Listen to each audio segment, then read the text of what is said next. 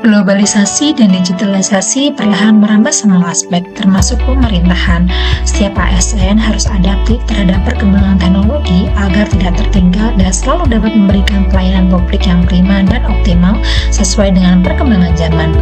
Hal tersebut kemudian melahirkan sikap smart ASN agar semua ASN dapat selalu belajar dan berkembang di tengah era disrupsi dan tantangan dunia. Assalamualaikum warahmatullahi wabarakatuh. Saya Nia Kurniawati dari kelompok 1 peserta WhatsApp angkatan 12 Pemerintah Kabupaten Lamongan. Di sini saya akan menjelaskan mengenai materi Smart ASN berdasarkan pembelajaran sinkronis yang telah saya dapatkan di kelas.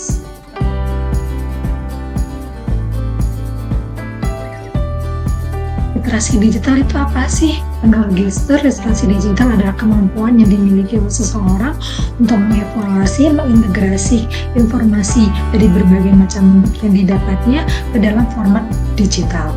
Kompetensi literasi digital ini sangat diperlukan agar masyarakat dapat menggunakan media digital dengan penuh bertanggung jawab.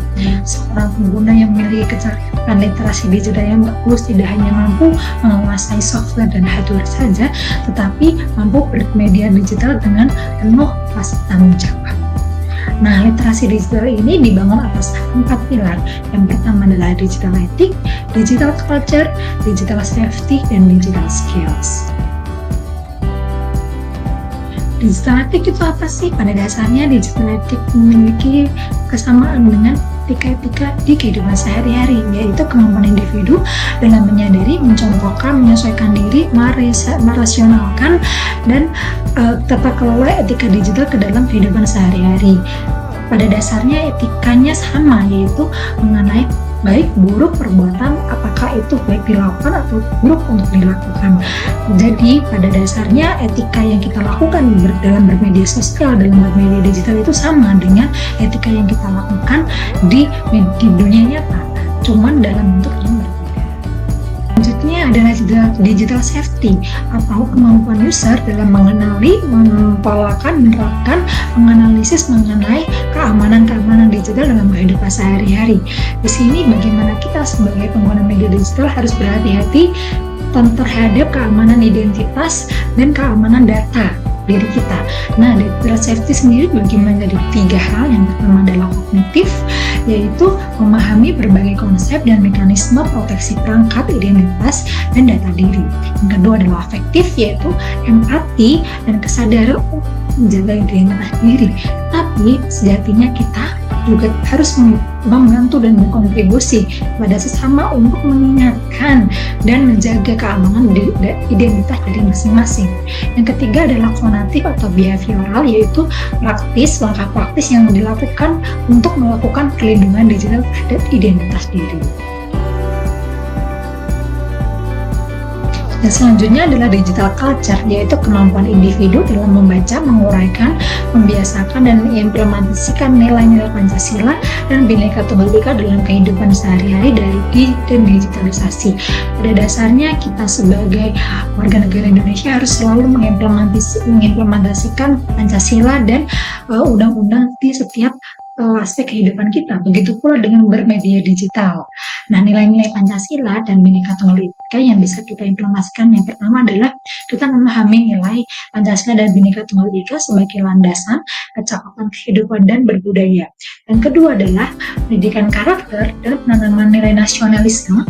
Dan yang ketiga adalah menjadi warga negara yang cakap dan aplikatif. Cakap dan aplikatif di sini adalah kita bagaimana mampu mengimplementasikan nilai-nilai Pancasila dan BUD ke dalam kehidupan bermedia digital, sehingga kita terhindar dari perilaku-perilaku yang buruk seperti menyebarkan berita bohong, cyberbullying, kemudian melakukan kejahatan yang lainnya. Dan kita juga akan selalu bermedia dengan baik dan benar. Pilar selanjutnya adalah digital skill, yaitu kemampuan yang dimiliki oleh individu untuk mengetahui, memahami, dan menggunakan perangkat keras maupun perangkat lunak dalam kehidupan sehari-hari. Namun sayangnya, Indonesia masih memiliki posisi yang rendah dalam kemampuan literasi digital. Berdasarkan data, Indonesia menempati posisi nomor 114 di dunia dan kedua terendah di G20 setelah India dalam realitas penggunaan media digital. Oleh karena itu, hal-hal yang perlu dilakukan untuk meningkatkan digital skill yang pertama adalah mengetahui pengetahuan terkait perangkat keras atau hardware dan perangkat lunak. Yang kedua, mengisi pengetahuan dasar tentang search engine atau Google untuk mencari pencarian informasi. Yang ketiga adalah memiliki pengetahuan terkait keragaman aplikasi chat dan media sosial. Yang terakhir adalah memiliki pengetahuan terkait aplikasi digital banking, dompet digital, dan e-commerce agar kita terhindar dari penyalahgunaan dan hacking yang biasa menyerang di dompet digital maupun m-banking. Nah, kemudian landscape digital. Landscape digital ini apa sih? Landscape sendiri memiliki pengertian lingkungan dan alam, yaitu bagaimana kita berinteraksi untuk mengakses media digital. Dibagi menjadi dua. Yang pertama adalah perangkat keras dan perangkat lunak. Perangkat keras sendiri bisa dilihat seperti laptop, handphone, tab, komputer, dan lain-lain. Sedangkan perangkat lunak adalah aplikasi atau software yang kita gunakan sehari-hari untuk mengakses internet seperti penggunaan Google, YouTube, Twitter, WhatsApp, Line, dan lain-lain. Bahkan bank digital atau dompet digital juga termasuk dalam perangkat lunak landscape digital.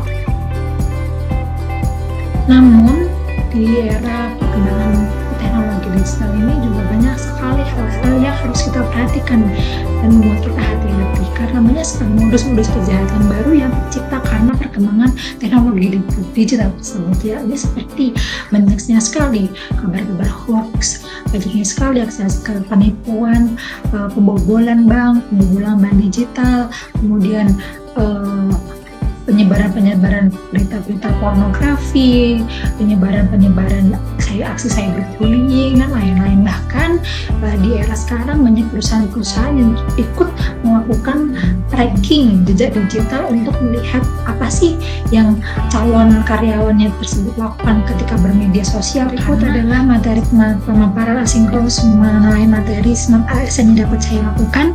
Lebihnya mohon maaf. Wassalamualaikum warahmatullahi wabarakatuh.